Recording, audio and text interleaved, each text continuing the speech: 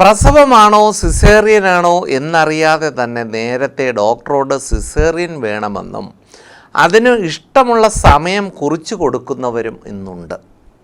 ഇത് ഇസ്ലാമികമാണോ?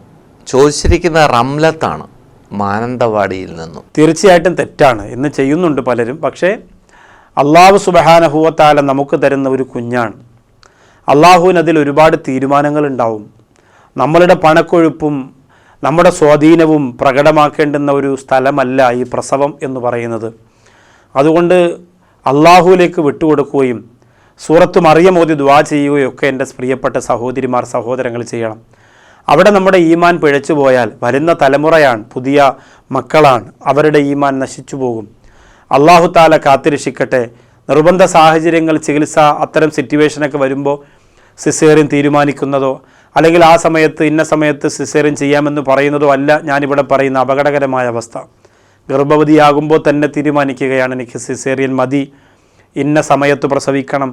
അള്ളാഹു റഹ്മാനായ റബ്ബ് കാവലാണ്. അള്ളാഹു എല്ലാം കണ്ടുകൊണ്ടിരിക്കുന്നവനാണ്. അതുകൊണ്ട് പടച്ചവൻ്റെ റോൾ അള്ളാഹു കൃത്യമായി ചെയ്യാനുള്ള സന്ദർഭം നിങ്ങൾ ഒരുക്കി കൊടുത്തില്ലെങ്കിൽ നിങ്ങൾ ഖേദിക്കേണ്ടി വരും. അള്ളാഹു കാക്കട്ടെ. ആമീൻ.